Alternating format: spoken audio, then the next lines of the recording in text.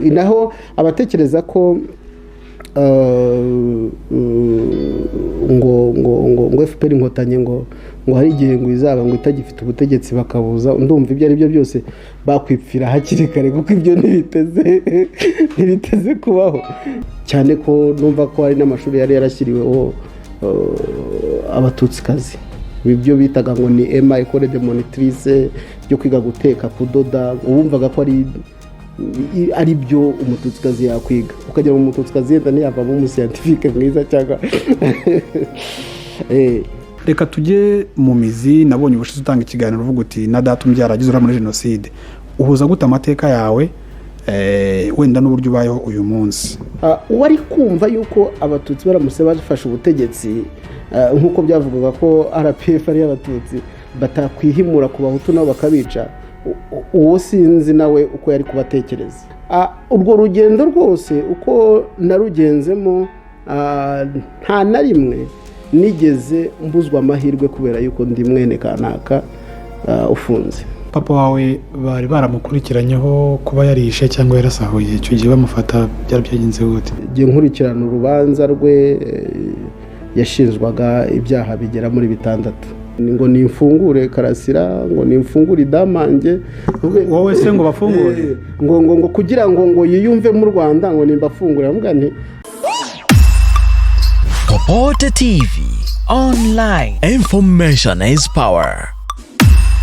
Ibihe byiza kuri wowe munyarwanda cyangwa umunyamahanga ukurikiye Popote TV muri kano kanya. Muri abantu b'agaciro, abantu muri mu Rwanda cyangwa abari hanze.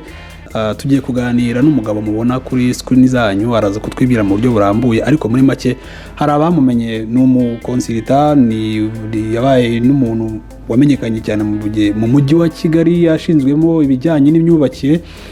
Yitwa Meradi Mpabwa n'amaguru. Ariko uyu munsi twazinduwe no kumuganiriza ku bintu bitandukanye bijyanye n'ubumwe n'ubwiyunge. Abasomye raporo iheruka ya Komisiyo y'Igihugu y'Ubumwe n'Ubwiyunge yerekanye ko ikigero cyo kwiyunga kw'abanyarwanda no kwimakaza ubumwe biri hejuru ya 94%. Raporo yayibanjirije yatwerekaga imibare n'ubundi iri hejuru ya 92%. Wowe ubwiyunge n'umwe buvugwa mu maraporo urabubona? Kuko amaraporo bavuga ngo aratekinitse. Raporo zikorwa n'impuguke. Ntabwo umuntu akwiye kujya hariya ngo avuge ngo raporo iratekinitse, kireka iyo ufite ama-indicateurs nawe ugenderaho mu kugaragaza ko iyo raporo itekinitse. Kuko ubwabyo mu myaka 27 jenoside yakorewe abatutsi baye mu Rwanda, uwavuga ko ubumwe n'ubwiyunge butari kuri icyo kigero kigaragazwa na raporo zisohoka zigaragaza ko buri hejuru ya 90%, ndahamya ko nawe ubwe yaba yibeshya. Kuko jenoside ubundi ni icyaha ndengakamere, ni wagaruka noneho muri kontekste y'uburyo abanyarwanda bari babayemo, aho umunyarwanda utuye ku musozi umwe n'undi yamwiciye umuryango ukazima, cyangwa se hagarokoka umwana umwe. Uyu munsi uwo mwana warokotse akaba abayeho kuri wa musozi aturanye n'abakomoka mu muryango wa wundi wamwiciye, cyangwa se na wa wundi wamwiciye akaba yarahanwe agakatirwa yenda n'inkiko gacaca, agafungwa imyaka 10 n'ingahe cyangwa 20 n'ingahe. Uyu munsi akaba yaratashye ari mu rugo, ari gufatanya n'abandi mu rugendo rw'iterambere. Ubwabyo uwavuga ko nta rugendo ruhari mu bumwe n'ubwiyunge, ndahamya neza ko yababeshya. Uwahakana imibare adafite indi mibare agaragaza, ndetse n'uburyo imibare mvuguruza, ndetse agaragaza n'uburyo nawe iyo mibare yayibonyemo, nabwo yababeshya. Reka tujye mu mizi. Nabonye ubushize utanga ikiganiro uvuga uti na data umbyara agize uruhare muri jenoside. Uhuza gute amateka yawe wenda n'uburyo ubayeho uyu munsi? Yenda reka ngaruke ku byo wari umaze kuvuga. Mu gihe cyo muri 1994 hakorwa jenoside yakorewe abatutsi ndetse inahagarikwa, uwayigizemo uruhare cyangwa se umuryango w'uwayigizemo uruhare wabashije kubona n'amaso ye ibyakorerwaga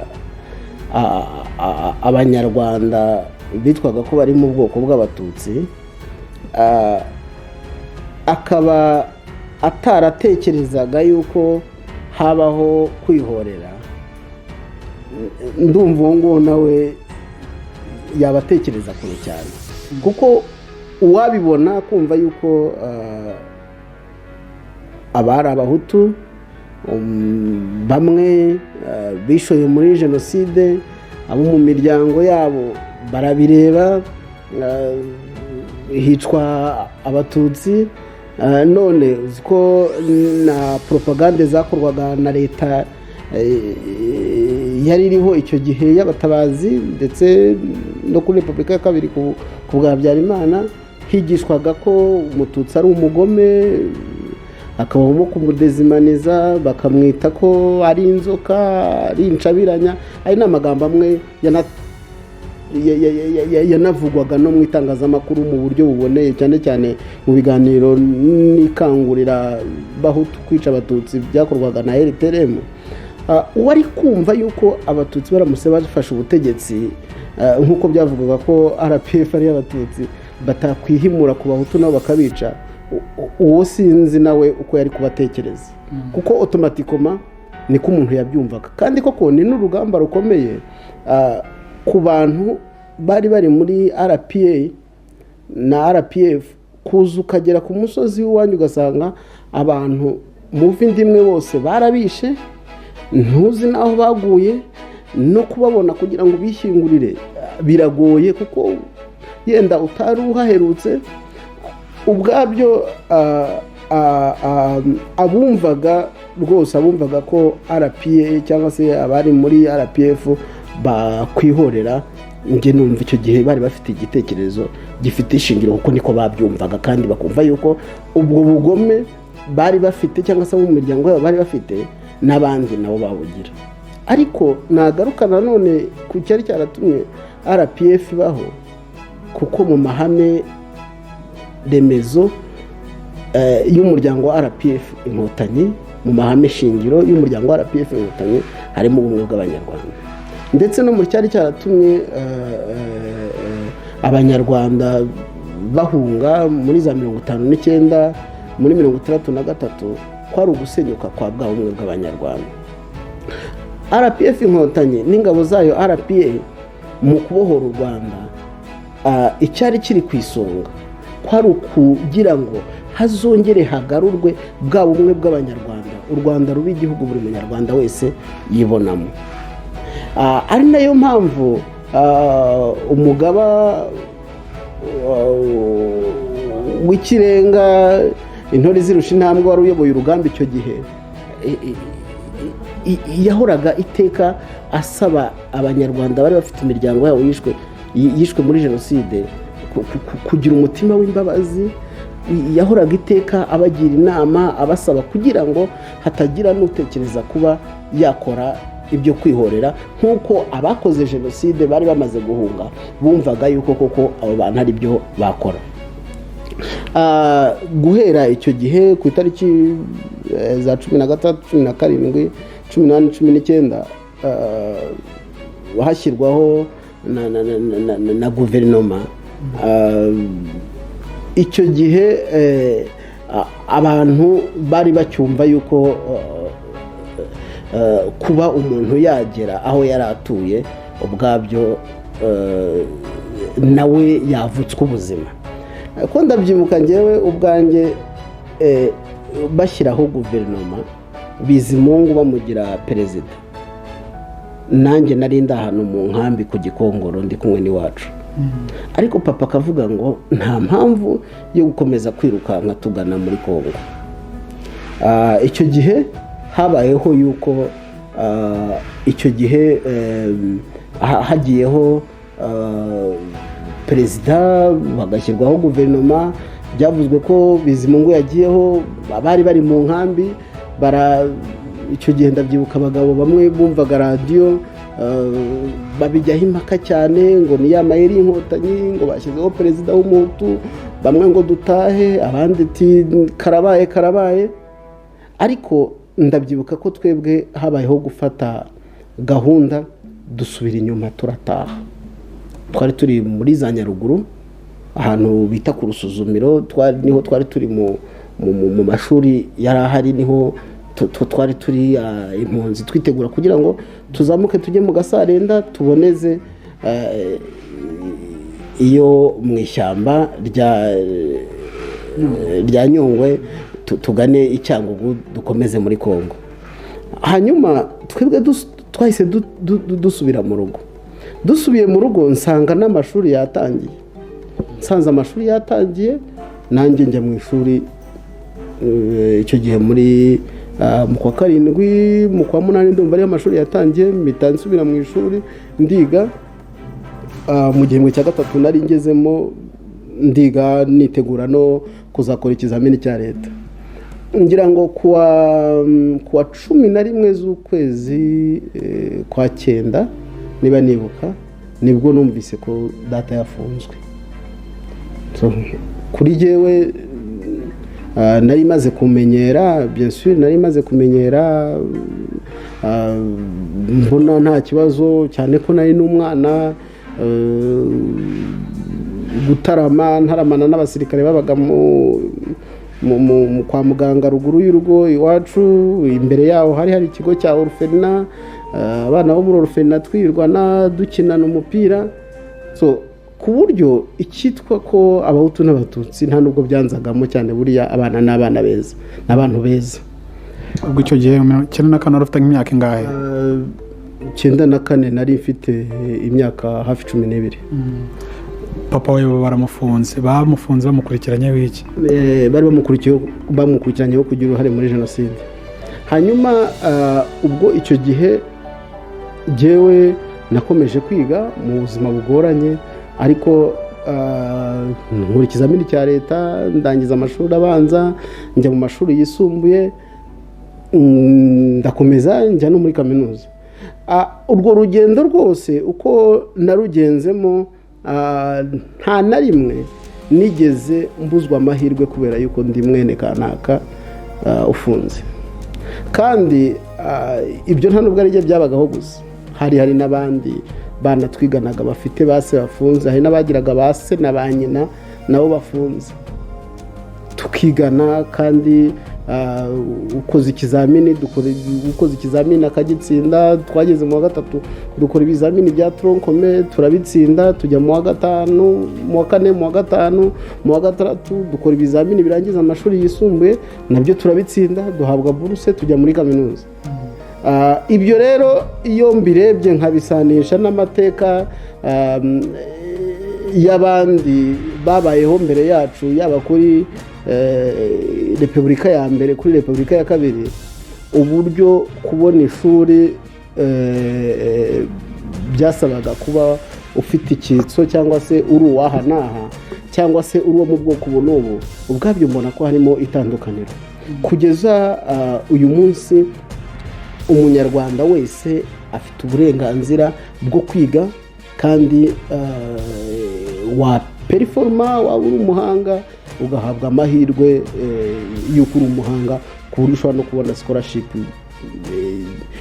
ukajya no kwiga hanze cyangwa se ukiga ibintu runaka.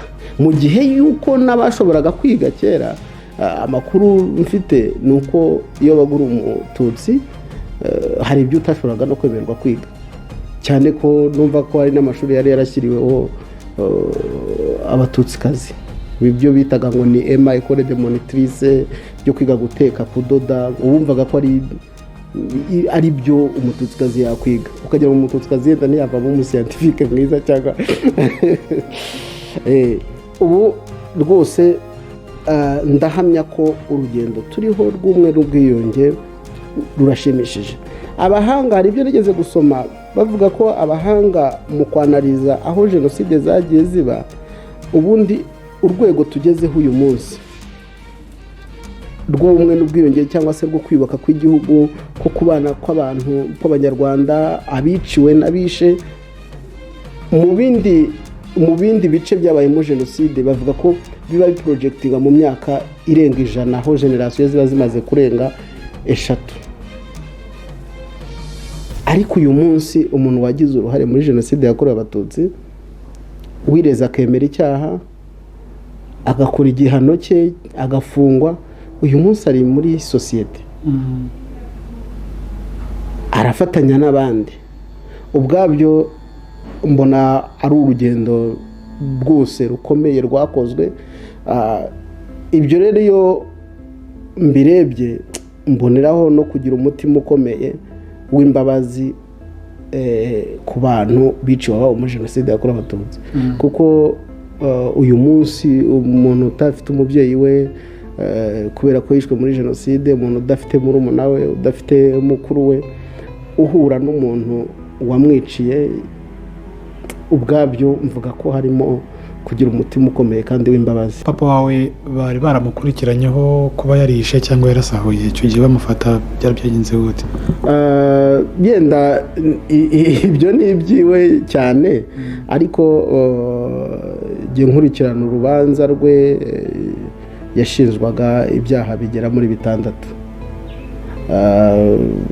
Muri ibyo byaha nta cyaha cyo kuvuga yenda ngo yishe umuntu in person, ariko yagiye ajya mu bitero byisha abantu, kujya kuri bariyeri zaguyeho abantu, harimo n'ibyo gusahura imitungo, ariko ibyo by'imitungo imitungo yishyurwa imitungo. Ibyo nibyo numva nabasha kwibuka. Wenda icyo najyaga kuganishaho ni ukuvuga ngo mu mikurire yawe ntabwo wigeze uhura wenda n'abantu bo muri iyo miryango bavuga bati se wa kanaka bagabye ibitero iwacu kandi nawe yari arimo, wenda bakugira ukuntu batakureba neza, cyangwa nawe nuhura n'abana bo muri iyo miryango barokotse ugire kwikandagira? Njyewe aho nakuriye iwacu Gikonko nakuze ndi umuntu wisanzura, ku buryo nta muntu nigeze ngiraho urwikekwe, kubera ko mu buzima bwanjye namye ndi umuntu wisanzura kandi nyuzamo nkanatebya. Bamwe mu bo nagaketse ko ibyo byaba byarabayeho ubwabo bari inshuti zanjye zikomeye cyane, kugeza n'uyu munsi ni inshuti zanjye zikomeye, ni urubyiruko, ni abantu b'urungano. Nagiye ngira n'amahirwe n'abanduta nabo aho mariye gukura tukicara tukaganira, ndetse bamwe bagiye bangira n'umumaro, kuko ngewe kubaho kwanjye uyu munsi uko mpagaze uyu munsi ni ubufatanye bw'abantu benshi batandukanye, bamwe mu bitekerezo, abandi mu mafaranga. Ni byinshi byagiye bikorwa kugira ngo mbe ndi uyu munsi, kandi byagiye bikorwa n'abantu batandukanye, abo nakwita ko aribo bari kwihorera, bari mu bantu bangiriye umumaro ukomeye cyane. Uwo mubyeyi wawe baracyafunzwe cyangwa yavuye? Yaratashye. Yafunzwe igihe kingana gute? Yamaze imyaka igera muri 19 afunze. Uyu munsi rero hari ikindi twavuze tugitangira, ibintu byitwa imbuga nkoranyambaga zoroheje gutanga ibitekerezo. Ubu naho abantu bamwe na bamwe bavuga bati ariko iriya leta iriho mu Rwanda iravangura, hari bamwe na bamwe bahabwa imyanya abandi ntibayihabwe, rimwe rimwe ugasanga bakoze n'intonde bati murabona ukuntu bimeze gutya na gutya. Ku mbuga nkoranyambaga nk'ubuntu uganira n'abo bantu, hari abavuga ibyo, hari abapfobya, abahakana. Imikoreshereze y'imbuga nkoranyambaga uyibona gute mu bijyanye n'ibintu bijyanye na hari itegeko dufite rihana ibyaha by'ingengabitekerezo ya jenoside n'ibyaha bifitanye isano nayo, hari ukuhisha ingiro jenoside, hari ugupfobya jenoside, hari uguhakana jenoside. Ubona imikoreshereze y'imbuga nkoranyambaga mu bijyanye no guhanahana amakuru ajyanye na jenoside uyifata gute? Kugeza uyu munsi hari itegeko nk'uko wari ubivuze rikumira kandi rinahana ingengabitekerezo ya jenoside, haba ari abayihakana, abayipfobya, ndetse n'abahisha ingiro jenoside baba bavuga ko yari ikwiye kubaho. Abo rero bakunze kuba bariho, ariko iyo urebye nabo ubwabo uba usanga hari aho babikomora. Uyu munsi nagira ngo wenda nkomeze no gushimira leta y'u Rwanda yagiye itegura ibiganiro bitandukanye n'amahugurwa y'urubyiruko. Jewe hari amahugurwa yigeze kubera Isave nkirangiza segonderi muri za 2002 gutyo 2003. Hanyuma tujyamo ayo mahugurwa nayaboneyemo ibiganiro byinshi cyane. Nakoze ibiganiro, nakorewe ibiganiro byinshi, nanandika, mbonamo abarimu benshi cyane, hagiye hacamo abari abadepite b'urubyiruko icyo gihe, Bagatabazi, Bakaboneka, hazamo ba Polisi Deni baza gutanga ibiganiro, hazamo ba Senateri Antoine Mugesera, hajemo abantu benshi batandukanye batanga ibiganiro ku bumwe bw'Abanyarwanda, kuri ideoloji ya RPF Inkotanyi, uburyo RPF Inkotanyi yabayeho, abandi bakaza bagaruka ku mateka y'igihugu mbere y'umwaduko w'abazungu, mbere y'ubukoroni, mu gihe cy'ubukoroni na nyuma y'ubukoroni. Icyo gihe ayo mateka nayo mpamya ko ahanini yabaye nk'amfungura. Hari urugendo nari ndimo, hari uko nari ndimo nkura, ariko mpamya ko ibyo biganiro nagize nabyo hari icyo byagiye binyubakaho. Uyu munsi rero nk'uko kare wigeze kubivuga ko hari abahunze bakaca za Kongo bagakomeza iyo ngiyo, mu by'ukuri ibyo bakomeje kubona bo ni inyigisho n'ubundi twabonaga mbere ya jenoside. Yenda sinabiciyemo bimwe nagiye bivuga mu bindi biganiro. Mbere ya jenoside yakorewe Abatutsi mu mashuri baraduhagurutsaga dufite ibipande biriho amazina yacu, amazina y'ababyeyi n'ubwoko.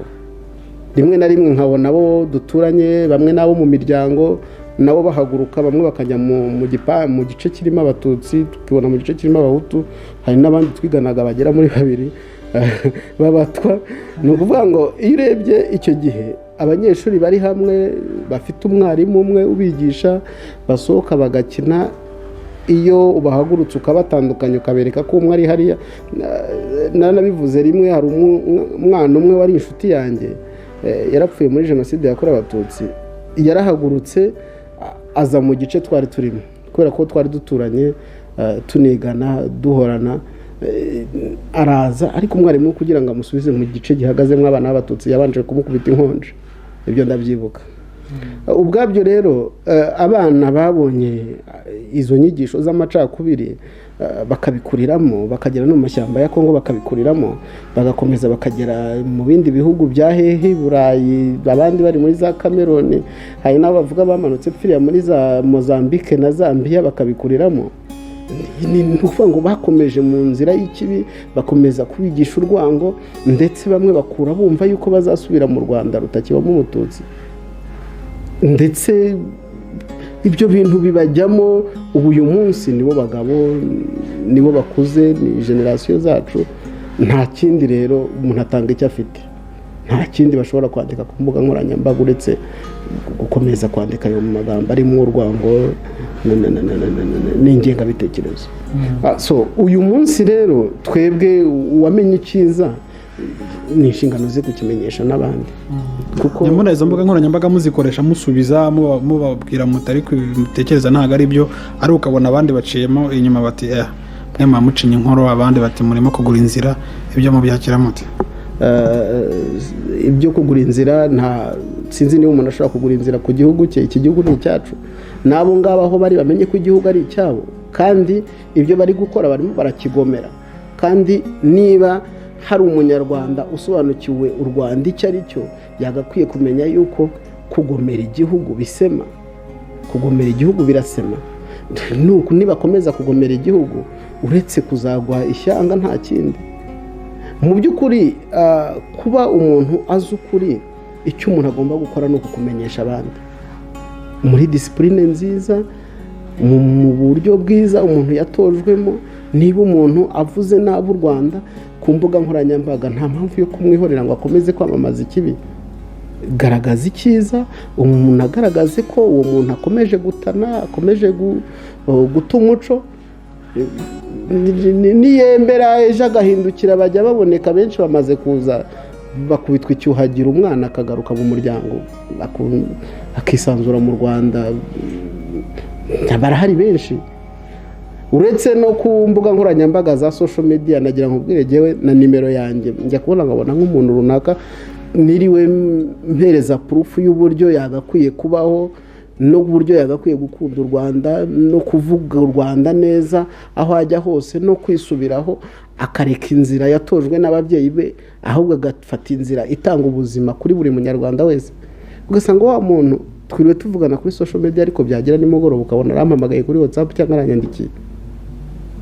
Iyo anyandikiye kuri WhatsApp hari ababibona bamwe tuya tuvugana bakambwira ngo umuntu mpitamo boroka gihe nta mahirwe mba mbonye, ndamugufatira amafoto hirya no hino ngusunikire kuri WhatsApp, nimbona icyiza nkikubwira. Hari nk'umukobwa umwe umaze iminsi anastressa cyane, we rwose ambwira ngo ambaza abantu benshi batandukanye babafunze ngo nimfungure Karasira, ngo nimfungure Idamange. Wowe se ngo bafungure ngo kugira ngo yiyumve mu Rwanda ngo nimbafungure. Avuga nti nagira nkubwire ko nawe ubwawe nkubwira ngo uze mu Rwanda uje ugakomeza iyo nzira mbi wayihanirwa n'amategeko. Ariko niba warahindutse ukumva yuko uje mu Rwanda uje kubaka, utaje kwigira ikigomeke, nta kibazo. U Rwanda uzarubamo, uzaruturamo, uzarubyariramo. Njye nk'umukobwa umwe wenda namuhaga n'urugero nkambwira nti papa wawe yarafunzwe imyaka ingahe mu Bubiligi, arafungurwa, afunguwe Ububiligi buramuruka, wandika amabaruwa usaba yuko atazanwa mu Rwanda. Uyu munsi ari mu Rwanda kandi temuwanyaje nawe akwihera akubwira yuko atuye mu Rwanda, aratuje kandi aratunze. Ubwabyo byakakubereye urugero ukitandukanya nawe wamaze gufata umurongo mubi ukaza mu gihugu, byaba na ngombwa ukajya ugasura umubyeyi. Ntawe umubuza kuba yaba mu gihugu arimo cya Denmark, ariko nta n'uwamubuza nanone kuba yaza akaba mu Rwanda. Ariko mwaganira ukumva we impungenge afite zituma mushobora kuganira, wenda kugira ngo arakumvise mu kanya ahubwo atareka mufungure Karasira, mufungure Idamange, mugenze gutya na gutya. Wumva we niba ari muri Denmark ariyo nk'umuntu kwa kundi umuntu agenda bavanga uyu munsi ukumva ngo yagiye muri Amerika bitewe n'ibibazo by'ubuzima bisanzwe, wenda arumva ko bariho heza kurusha mu Rwanda, cyangwa ni wa wundi uvuga ati sinshobora kujya mu Rwanda kubera ko nanjye bashobora kugira ibindi bankurikiranaho. Sinzi iyo bagiye kuvuga ngo ahantu ni heza kurusha mu Rwanda, ahazakurutira. Njye ntuye muri Gasabo ariko ntago ari ugusebya aho ntuye, ariko buriya aho nkomoka hafite agaciro gakomeye cyane, kuko iyo utagira aho uvukira ntibari kuba ufite n'aho uri kuba. Uyu munsi niba umuntu ashobora kuba yanyandikira kuri social media, yangiza akajya muri WhatsApp akajya ngereka ngo u Rwanda ngo kuva ngo rwabaho ngo RPF inkotanyi yajya ku butegetsi ngo kugeza uyu munsi ngo nta mwenda urishyurwa, ahubwo ngo ruhora ngo rusaba imyenda, kandi aho ari ubwe na politike y'igihugu arimo ntayizi, ahubwo akiyenteresa kuri politike y'igihugu nabwo akayimenya mu buryo bw'amacuri. Ntabwo RPF cyangwa se leta y'u Rwanda ubwayo niba yatse inguzanyo ikagirana amasezerano n'Ubushinwa, ibyo bizaca muri media, ariko ntibajya kwishyura ntabwo u Rwanda ruzajya kuvuga ngo twishyuye umwenda uyu n'uyu. Ibyo ngibyo bizamenywa n'abarimo nyine, naramuka bari mu gihugu nawe akagira uruhare mu kwishyura iyo nguzanyo, cyane ko inguzanyo zakwa dufite n'ibikorwa biba bikora, naza akagira uruhare cyangwa se akabona ko iyo nguzanyo iramutse itafashwe hari ahandi haturuka amafaranga. Ibyo ni ibitekerezo byiza azabazanye, ariko kuba wajya hariya ukavuga ngo uranenga leta y'u Rwanda, urayinenga uriyihe leta wowe? Gusa umuntu yatojwe ikibi nta na rimwe ashobora guhaguruka ngo avuge icyiza.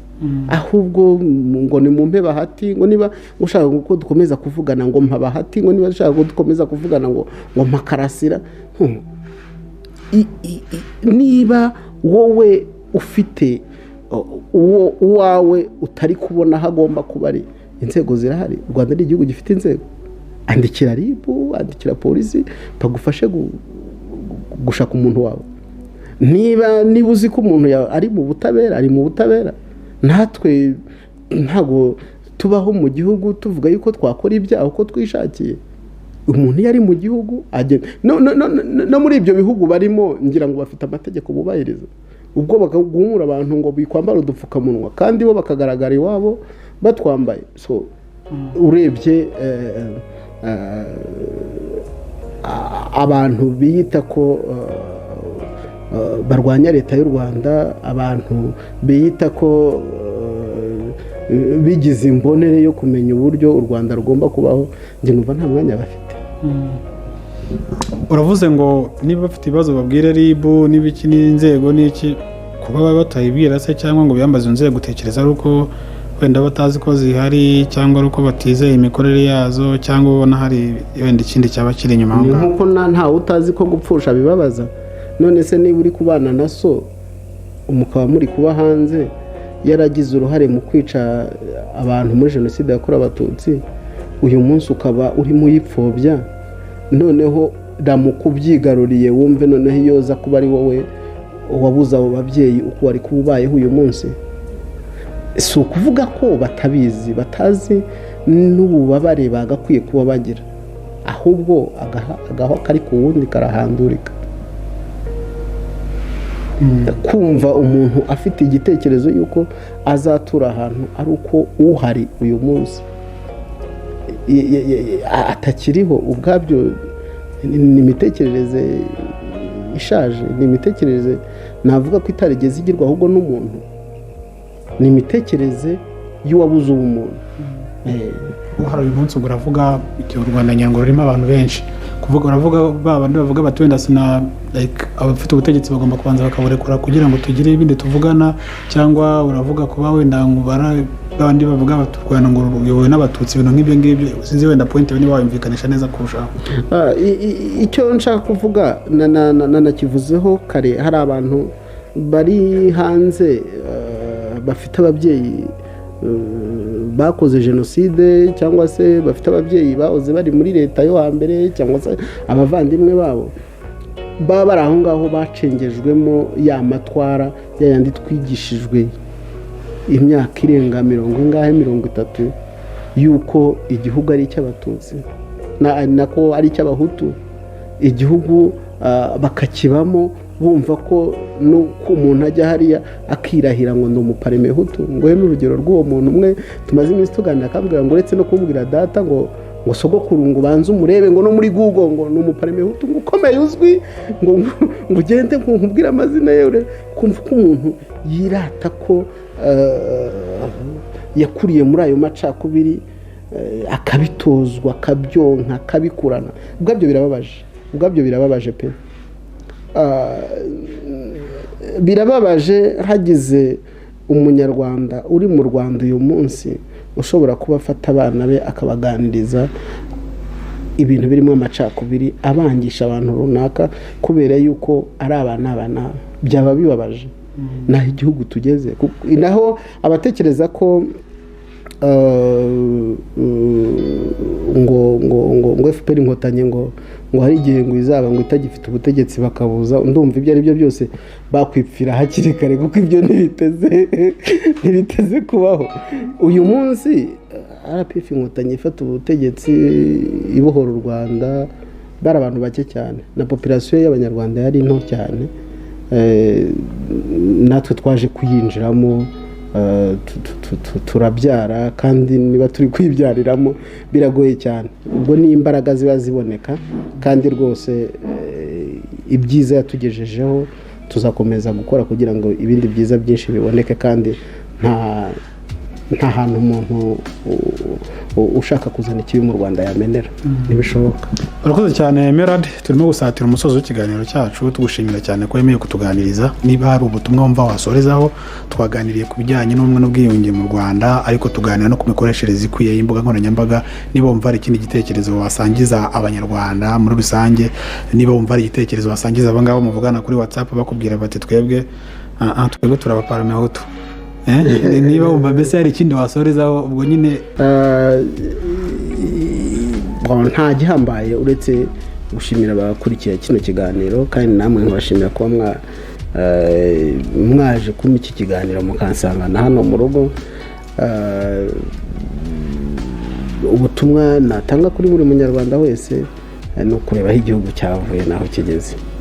Reba aho igihugu cyavuye n'aho kigeze, urebe iterambere u Rwanda rumaze kugeraho, urebe rwa Rwanda ujya usoma cyangwa se wabwirwaga ko rumaze kuzura nk'ikirahure rurimo miliyoni zigera ku 8, ko hagize abantu 2 cyangwa 3 bazamo cyari bari nk'ikirahure kigwemo igitonyanga cyameneka hasi. Uyu munsi ruri kugera kuri miliyoni 10 kandi rutuwe, abarutuye bakaba batunze, bakaba batuje, dufite umutekano, ndetse umutekano tukaba tunawuha n'ibindi bihugu bitawufite. Urebe u Rwanda uburyo rugenda Rwanda mu buryo bw'ikoranabuhanga, utekereze icyo warumarira nawe, umusanzu wawe, icyo wakomeza kurukorera kugira ngo rukomeze kuba igihugu giteye imbere muri Afurika ndetse n'isi muri rusange. Uyu munsi dufite igihugu abantu benshi bagana, ari nabwo ubutumwa bukomeye cyane abakivuyemo bakwiye kumenya yuko ibyo bihugu barimo, abari muri ibyo bihugu bene ibyo bihugu barimo, bo iteka bahora baza mu Rwanda bakarwishimira, bakishimira no kuba baruturamo.